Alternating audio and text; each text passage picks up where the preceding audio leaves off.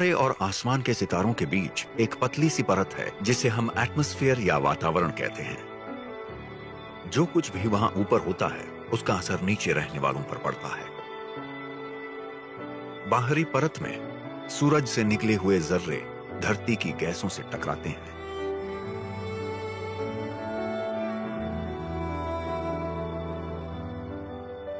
North America के आसमानों में ऑरोरा बोरियालिस का नाच दिखाई देता है।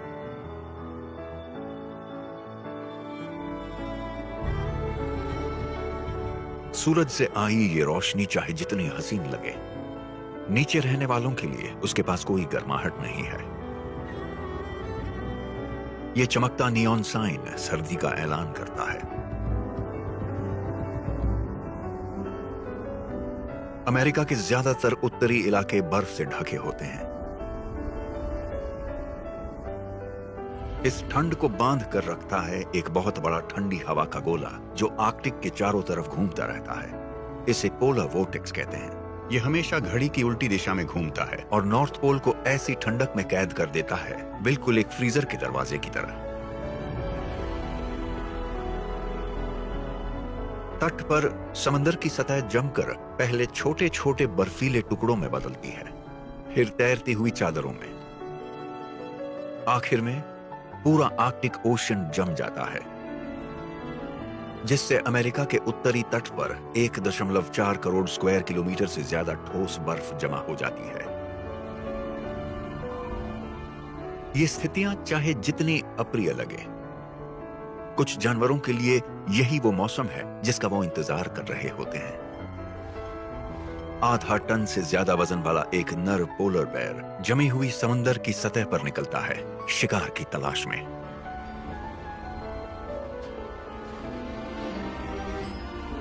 उसका ये भारी भरकम शरीर ही उसे इस बर्फीले मौसम में जिंदा रखता है। सर्दियों का औसतन तापमान -30 डिग्री।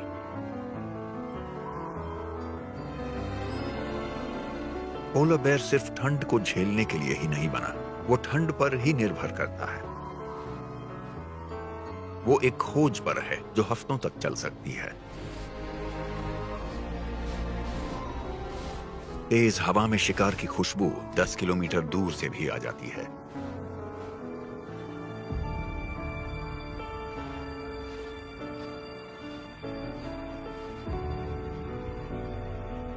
जिसे वो ढूंढ रहा है वो ये है, एक बियर्डेड सील।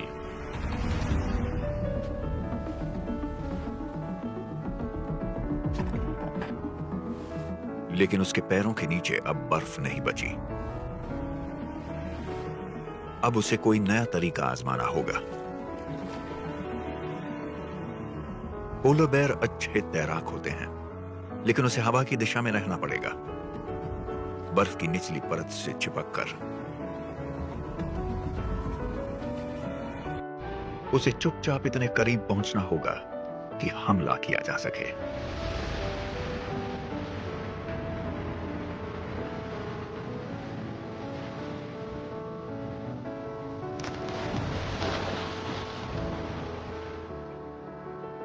काफी दूर रह गया।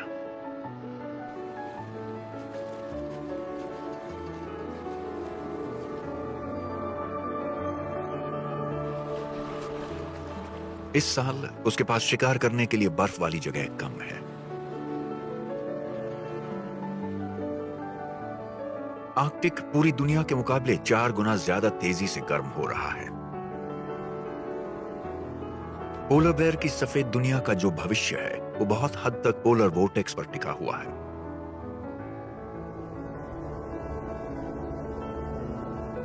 बल्कि उन जानवरों की जिंदगी भी जो दक्षिण में रहते हैं। जब ये ठंडी हवा की रिंग डगमगाती है और टूटती है तो ये नॉर्थ अमेरिका की गहराई में एक आर्कटिक तूफान छोड़ती है। एक पोलर कोल्ड फ्रंट पैदा होता है और फिर वो दक्षिण की तरफ बढ़ता है। यहां तक कि झरने भी जमकर पत्थर बन जाते हैं।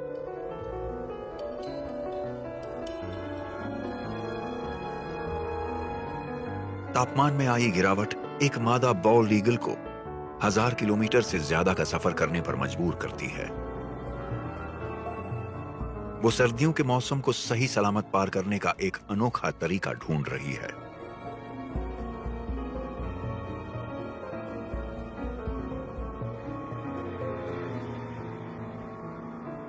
और वो अकेली नहीं है।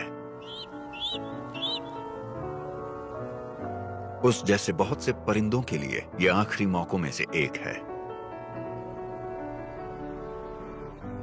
अलास्का की चिलकैट नदी पर हजारों बॉल्ड ईगल्स जमा होते हैं। ये पूरी दुनिया में बॉल्ड ईगल्स की सबसे बड़ी भीड़ है। वो यहां जिंदगी की उम्मीद तलाशने आए हैं। जियोथर्मल स्प्रिंग्स इस नदी को जमने नहीं देते और यही गर्म पानी सैमन मछलियों को देर से अंडे देने का मौका देता है। लेकिन यह खाना भी आसानी से नहीं मिलेगा। सैमन मछलियां लंबी तैराकी से बहुत थक चुकी हैं, लेकिन उनका वजन अब भी 5 किलो है।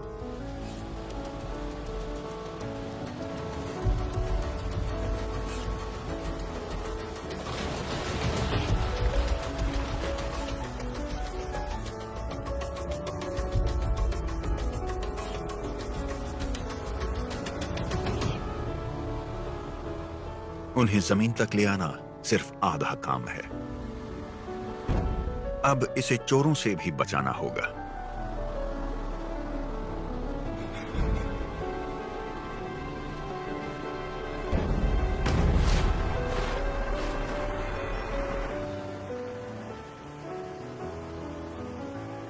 ये मछली जो चर्बी और प्रोटीन से भरी होती है, सर्दी के इस तूफान से निकलने के लिए जान बचाने वाली खुराक है। लेकिन जमा देने वाली सर्दी अभी बाकी है। अब परिंदों को यह फैसला करना होगा कि वो यहीं रुकें और ताकत बचाएं या कोई और मौका तलाश करें।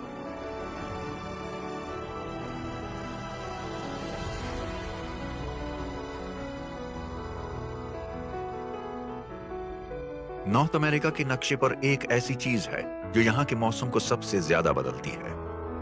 Rocky mountains. ये पहाड़ एक रीढ़ की हड्डी जैसे पूरी जमीन को उत्तर से दक्षिण तक चीरते हैं। आर्कटिक से आने वाली ठंडी हवा इन पहाड़ों के रास्ते बेरोक टोक नीचे तक पहुंचती है।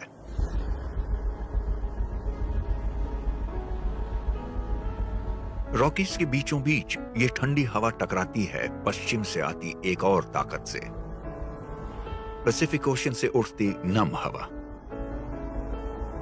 जो ढलानों पर ऊपर की ओर बढ़ती है। पानी की बूंदें बीच हवा में जम जाती हैं। नतीजा बर्फ, बहुत सारी बर्फ।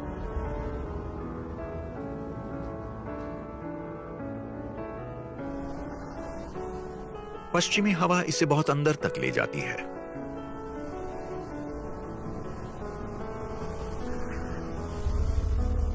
कुछ जानवरों के लिए ये बर्फ एक चुनौती बन जाती है, एक सफेद दीवार जो नजर और खुशबू दोनों छुपा देती है। एक कायोटी खाने की तलाश में 15 किलोमीटर तक चल सकता है।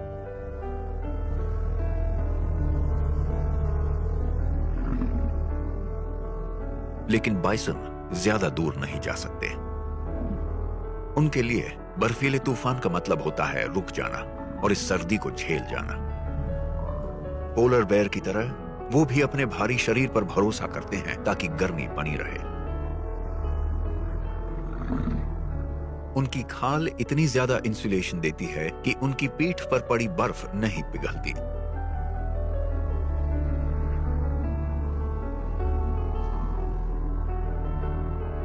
उनके लिए सबसे बड़ी चुनौती होती है खाना ढूंढना। उन्हें एक सुपर पावर की जरूरत पड़ेगी।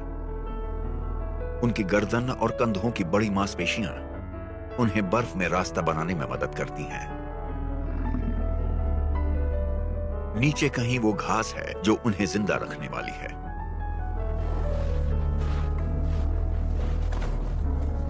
लेकिन सर्दियों में उसमें भी कोई खास पोषक तत्व नहीं होते। ठंड उनके शरीर में जमा चर्बी को चूस लेती है और वो अपना 10% से ज्यादा वजन खो बैठते हैं। वो अपनी एनर्जी बचाने के लिए अपने शरीर का मेटाबॉलिज्म धीमा कर देते हैं।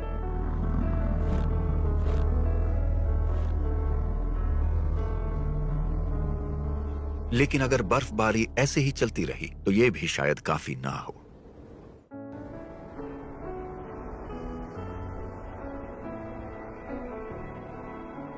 एक बूढ़ी मादा की हालात से हारकर मौत हो गई है। एक भूखे कायोटी के लिए ये एक मौका है।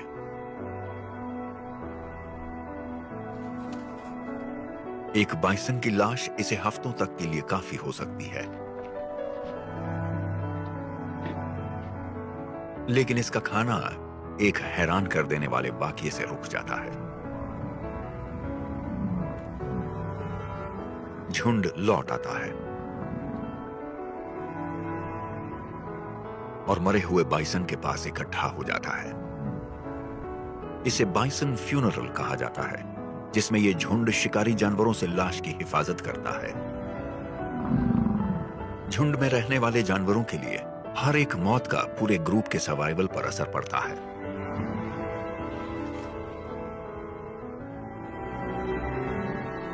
ये मौत याद दिलाती है कि सर्दी कितनी बेरहम हो सकती है।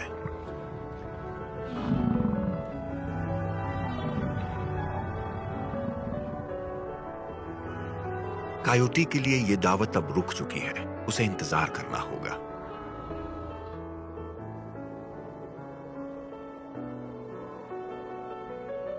जब मौसम घाटियों से होकर ऊपर की तरफ आता है तो हवाएं थम जाती हैं,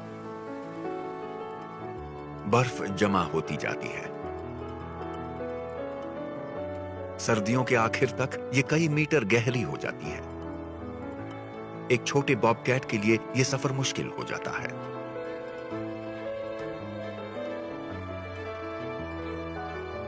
इसकी पसंदीदा शिकार करने की जगह पर पहुंचना अब इतना आसान नहीं होगा।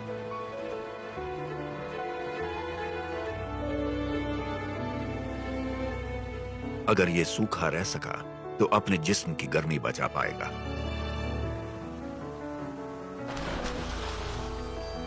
लगभग। इसके ज्यादातर शिकार पानी के किनारे ही रहते हैं। एक मस्क्रैट, इसके लिए भीगना मंजूर है।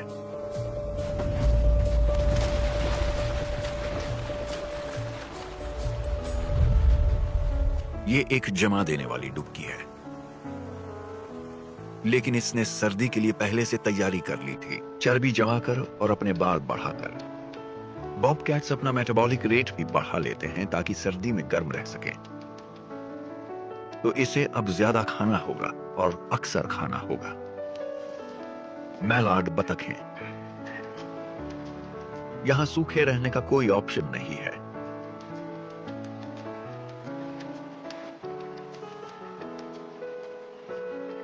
खुले में बतखों को बढ़त हासिल है।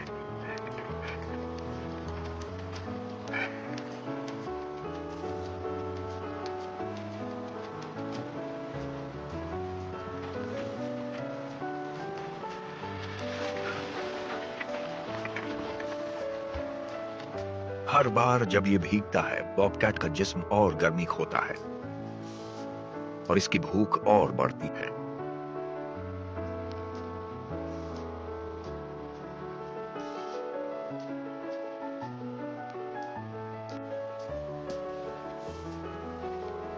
सब्र और शातिर चाल जरूरी है।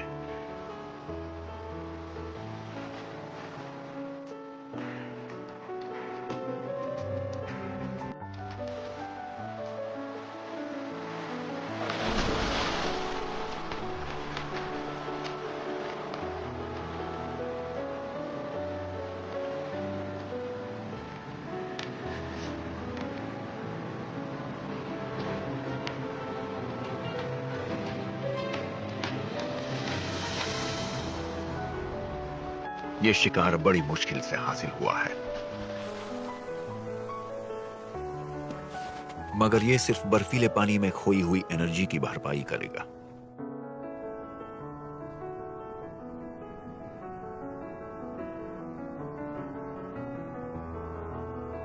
रॉकीज के पूर्वी किनारे से एक नई तरह की हवा बह रही है। इसे कहते हैं चिनूक विंड्स, यानी चिनूक हवाएं। इतनी सूखी कि बर्फ को सूरज से भी ज्यादा तेजी से पिघला देती है।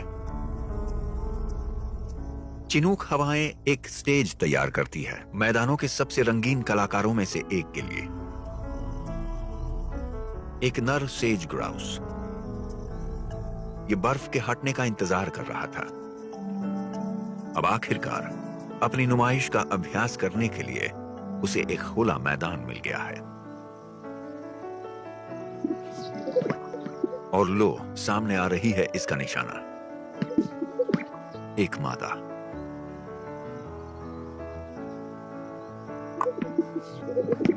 मादा ये सब पहले भी देख चुकी है।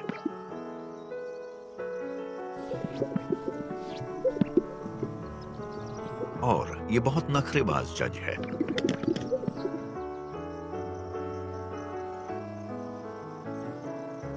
नर एक जबरदस्त सांस भरता है। इसके सीने की हर एक थैली में 4 लीटर हवा समा जाती है।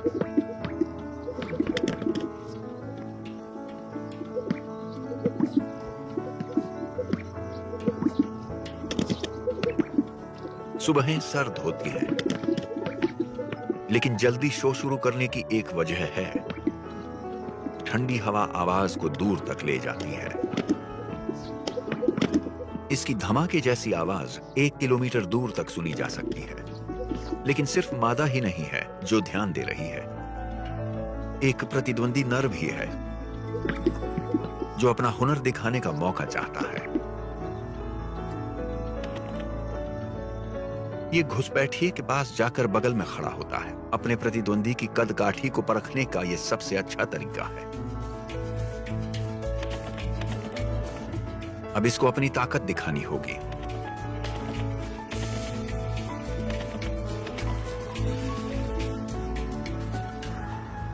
चुनौती देने वाले को पीछे हटाने के बाद शो फिर से शुरू होता है।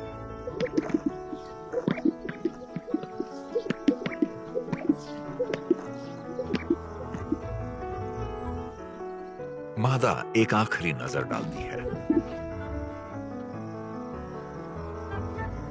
बच्चों की परवरिश वो अकेले करेगी, तो बहुत जरूरी है कि ऐसा नर चुने जिसके जीन्स अच्छे हों।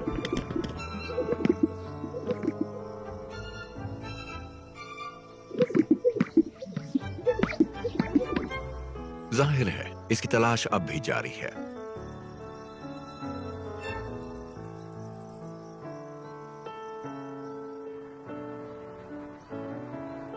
जब उत्तरी गोलार्ध सूरज की तरफ फिर से झुकने लगता है, तो सूरज की गर्मी जमीन में समा जाती है और ऊपर के आसमान को गर्मा देती है। पूरे नॉर्थ अमेरिका में जानवर जाग रहे हैं।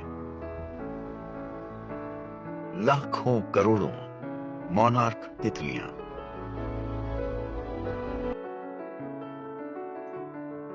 ये जंगल के कुछ छोटे से कोनों में छिपी होती है, न बहुत ठंडा न बहुत सूखा।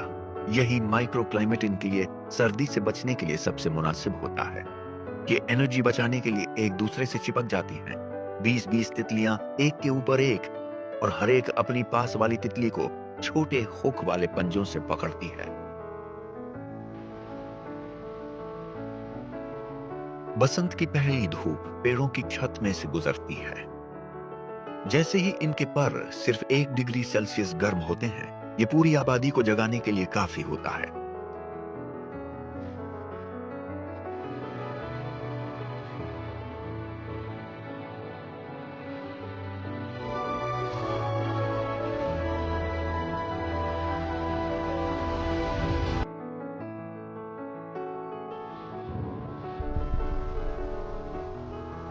इनको प्यास लगी है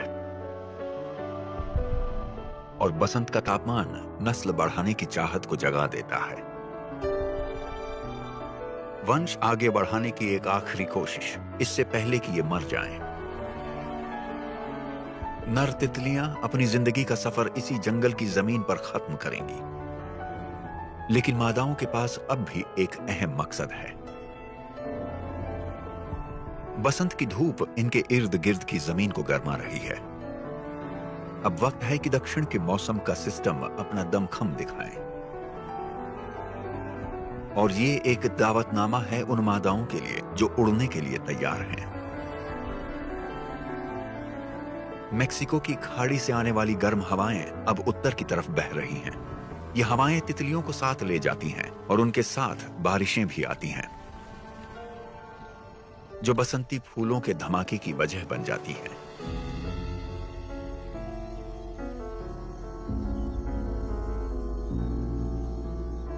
अब ये एक खास किस्म की तलाश में है, मिल्कवीड। ये पौधा ज्यादातर जानवरों के लिए जहरीला होता है, लेकिन मोनार्क तितलियों के लिए ये अंडे देने की एकदम सही जगह है।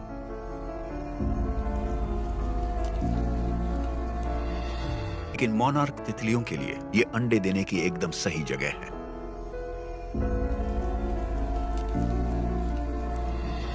इनके कैटरपिलर नॉनस्टॉप पत्ते खाते जाते हैं।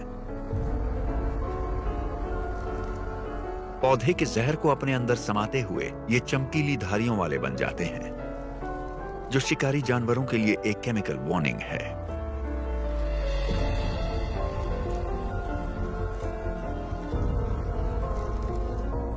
जब अगली पीढ़ी निकलती है तो यही बचाव करने वाले रंग इन्हें अब भी महफूज रखते हैं। ये तितलियां मिल्कवीड को जितना हो सके उत्तर में तलाशती जाती हैं। मेक्सिको से लेकर कनाडा तक गर्म हवाओं के साथ उड़ती हुई।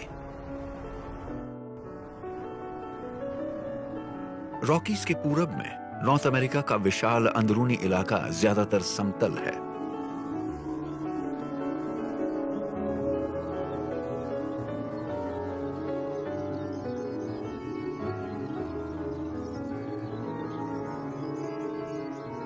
यहां रहने वालों के लिए यह जिंदगी को थोड़ा अनप्रेडिक्टेबल बना देता है। एक प्रेरी डॉग की मादा ने नए बच्चे दिए हैं। मैदानी इलाकों में ये उनकी पहली गर्मी है, तो मां बहुत सतर्क है।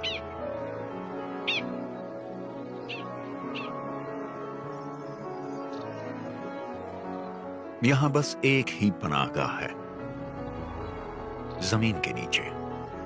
सुरंगों का इनका जटिल नेटवर्क डॉग टाउन कहलाता है। खुला आसमान शिकारियों की एडवांस चेतावनी दे देता है।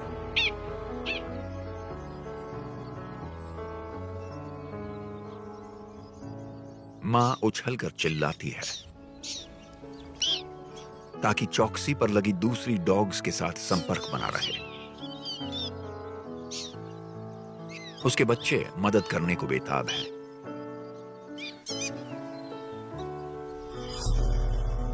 कई जानवर प्रेरी डॉग्स का शिकार करते हैं, लेकिन बड़े मैदानी इलाकों में जिंदगी के लिए एक और जानलेवा खतरा है। एक ऐसा खतरा जो आसमान से आता है, क्योंकि पूरब या पश्चिम दिशा में इसे रोकने के लिए कोई पहाड़ नहीं है। ऊपरी वायुमंडल की ठंडी हवा दक्षिण की तरफ मैदानी इलाकों में बहती है। यहाँ ये मेक्सिको की खाड़ी की तरफ से उत्तर की तरफ आने वाली गर्म नम हवा से टकराती है।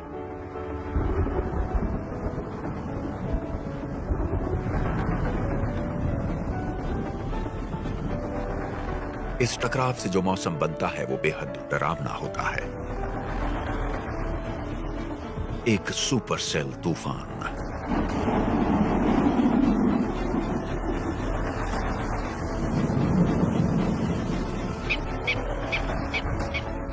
प्रेरी डॉग्स खतरे का ऐलान करती हैं।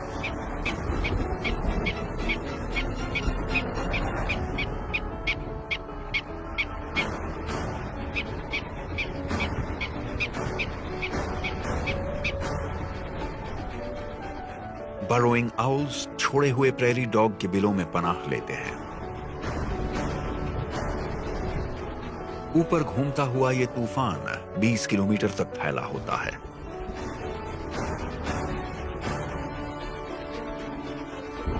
लेकिन अब ये और ज्यादा ताकतवर रूप लेने वाला है। ऊपर से ठंडी हवा नीचे दबाव डालती है और नीचे की गर्म हवा ऊपर उठने की कोशिश करती है। ऊपर की तरफ हवा का प्रवाह बनता है, फिर वो घूमने लगता है। एक टोर्नेडो यानी बवंडर पैदा होता है।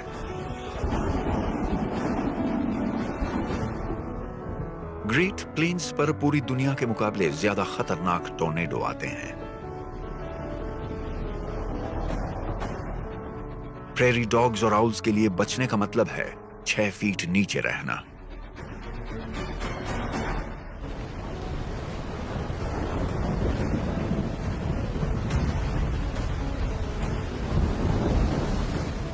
टोर्नेडो जबरदस्त है, लेकिन ज्यादा देर नहीं टिकता।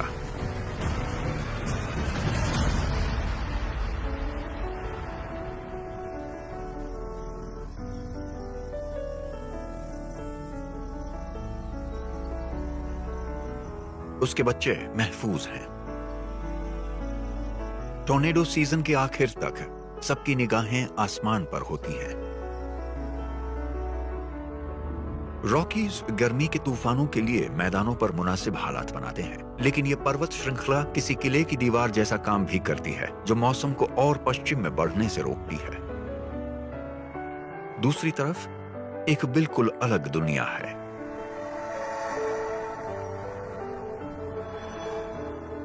नमी से वंचित पहाड़ों के इस तरफ की जिंदगी सूरज की तपिश से ढलती है। तापमान में बहुत तेज उतार चढ़ाव पत्थरों को तोड़कर रेत में बदलने में मदद करता है। यहां ज्यादातर जानवरों के लिए जिंदा रहना थर्मो रेगुलेशन पर निर्भर करता है। एक मादा हीला मॉन्स्टर। गर्मी का मौसम ब्रीडिंग सीजन होता है। उसने कुछ अंडे जमीन के नीचे रख दिए हैं ताकि वो पक न जाएं। अब वो रेगिस्तान के उस टुकड़े की निगरानी कर रही है जिसे वो अपना इलाका मानती है।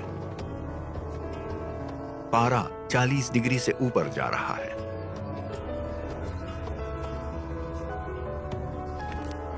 वो सांप की तरह हवा को महसूस करती है। कुछ तो गड़बड़ है। एक दूसरी मादा। ये छिपकलियां घोंसलों पर हमले करने के लिए बदनाम है। ये दूसरी हीला छिपकलियों के अंडे तक खा जाती है। ये फुफकार घुसपैठिए के लिए आखिरी चेतावनी है।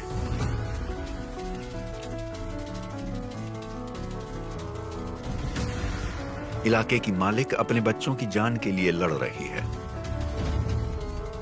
और अपनी जान के लिए भी। मादाओं के बीच की लड़ाइयां नरों से कहीं ज्यादा खतरनाक होती हैं।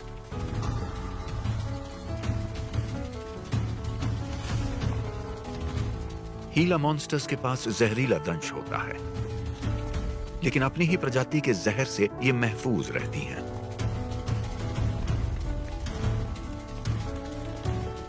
दोनों मादाएं बराबरी की हैं।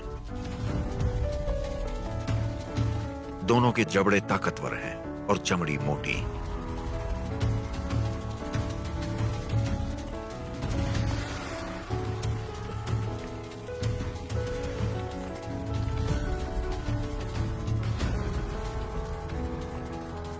ऐसे तापमान में लड़ाई जारी रखना जानलेवा हो सकता है।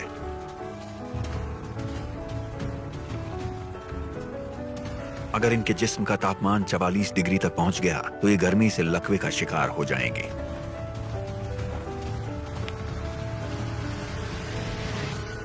आखिरकार हताश योद्धा सुलह कर लेती हैं।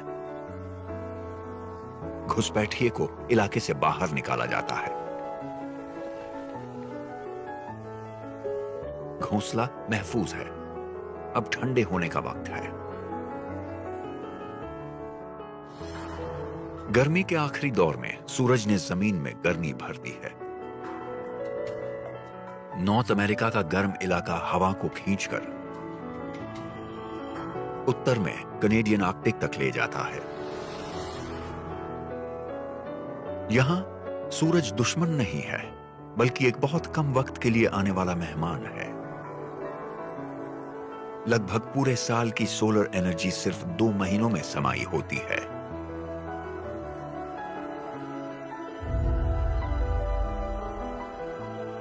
यहां पौधों और जानवरों के लिए यह छोटी सी गर्मी प्रजनन की दौड़ है।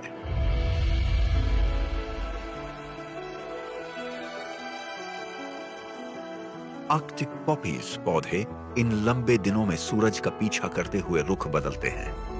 पोलर वोर्टेक्स गर्मियों में थोड़ा कमजोर होता है, लेकिन हवा अभी भी तेज चलती है।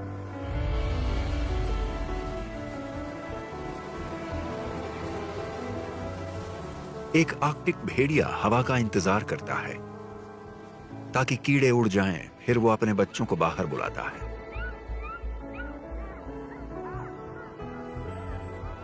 वो जमीन के नीचे पैदा हुए थे, जिंदगी के पहले महीने में आसमान के खतरों से महफूज।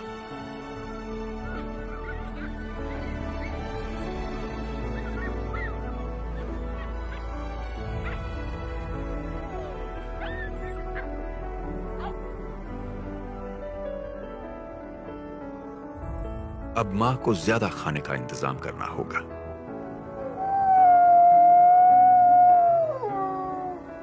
अब वक्त है परिवार की मदद बुलाने का।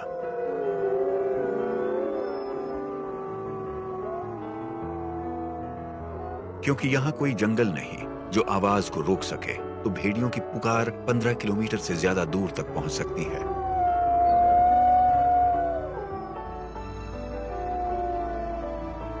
ये एक लंबी दूरी की पुकार है भाइयों और बहनों के लिए।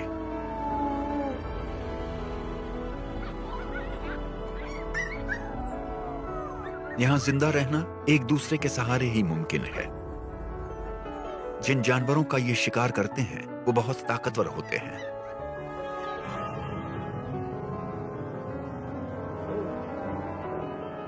मस्क ऑक्स, आइस एज की निशानी। सख्त हालात के लिए बने हुए जानवर। गर्मी उनके लिए चराई का सबसे अच्छा मौसम है। उन्हें आने वाली सर्दियों के लिए अपना भंडार बनाना होगा। लेकिन जैसे जैसे हमारा क्लाइमेट बदल रहा है, आर्कटिक की गर्मियां लंबी होती जा रही हैं और नए खतरे पैदा हो रहे हैं। हीट वेव्स मिट्टी से माइक्रोबियल दुश्मनों को बाहर निकाल देती हैं। अगर मस्क ऑक्स बीमार हो जाए तो वो कमजोर पड़ते हैं और भेड़ियों को कमजोरी का पता लगाना आता है।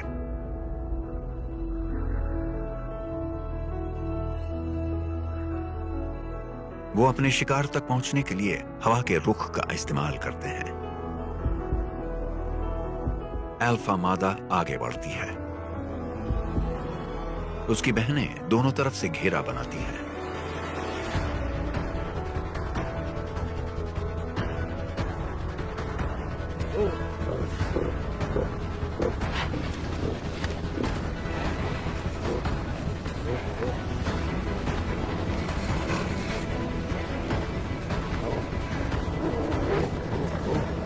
मस्क ऑक्स भेड़ियों से तेज नहीं भाग सकते, इसलिए वो साथ रहते हैं और शिकारी के सामने सींगों का एक मजबूत घेरा बना लेते हैं।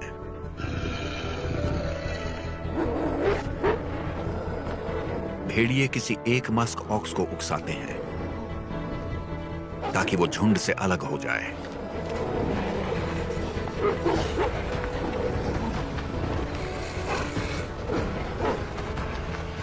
जैसे ही वो अलग होती है, भेड़ियों का झुंड उसे घेर लेता है।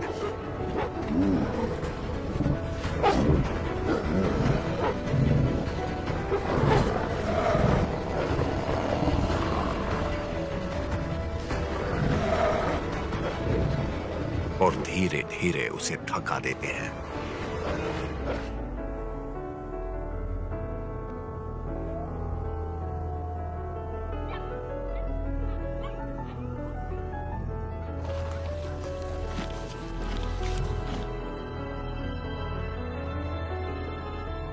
बच्चों को खाने पर बुलाया जाता है। उन्हें अभी बहुत कुछ सीखना है जो आसान नहीं होने वाला। एक मस्कॉक्स कम हो गया है, लेकिन झुंड बच गया है।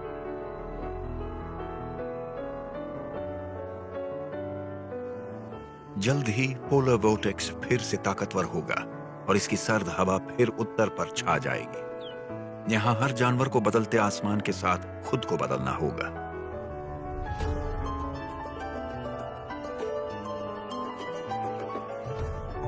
कुछ के लिए पतझड़ की हवाएं एक हैरान कर देने वाला बदलाव लेकर आती हैं। आसमान मोनार्क तितलियों की एक पूरी पीढ़ी को एक सुपर पावर देने वाला है।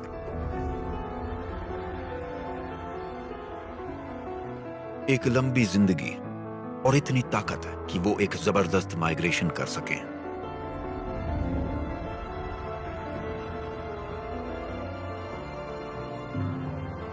जैसे ही नॉर्थ अमेरिका से पुकार आती है, उत्तर से हवाएं फिर जाग उठती हैं। अब फिर से इन हवाओं का सहारा लेने का वक्त है।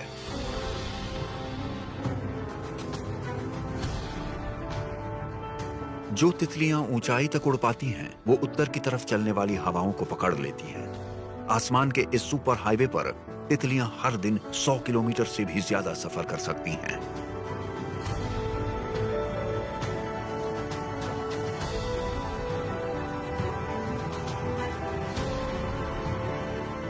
पांच 5000 किलोमीटर बाद वापस मेक्सिको की पहाड़ियों में वो उन्हीं शाखों पर बैठती हैं जहां कभी उनके पर नाना नानी उतरे थे।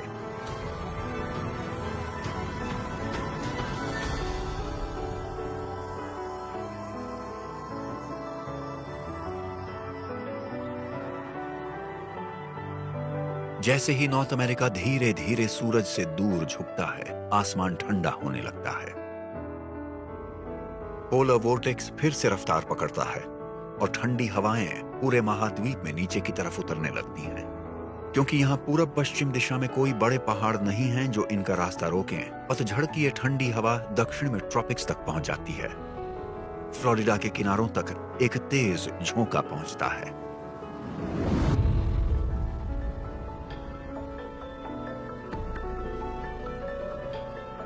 कुछ लोकल बाशिंदों के लिए ये ठंडा झोंका अच्छा नहीं होता।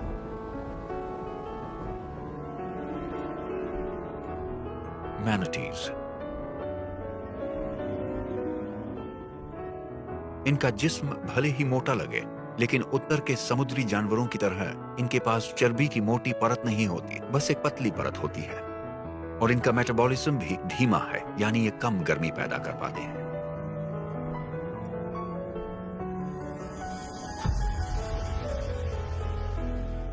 मैनाटीज दरअसल कैरिबियन जैसे मौसम के आदी हैं। जैसे ही आसमान ठंडा होता है और पानी 20 डिग्री सेल्सियस से नीचे गिरता है, ये खतरे में आ जाते हैं। अगर ठंडी हवा ज्यादा तेज हो तो इनकी जान भी जा सकती है। बचने का बस एक ही रास्ता है। अब अंदर की तरफ निकलने का वक्त है।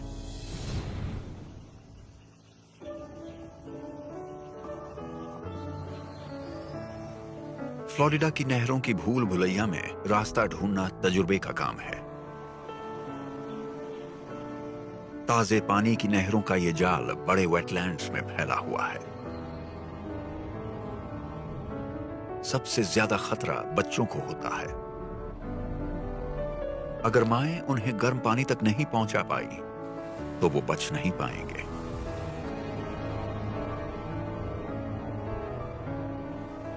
कुछ मैनाटीज अपनी सर्दियों की पनाहगाह तक 200 किलोमीटर से ज्यादा का सफर तय करते हैं।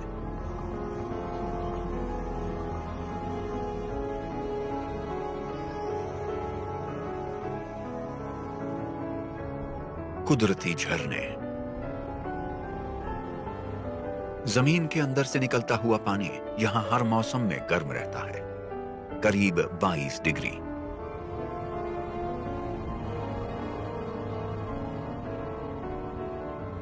और इसी बात से सबसे ज्यादा फर्क पड़ता है।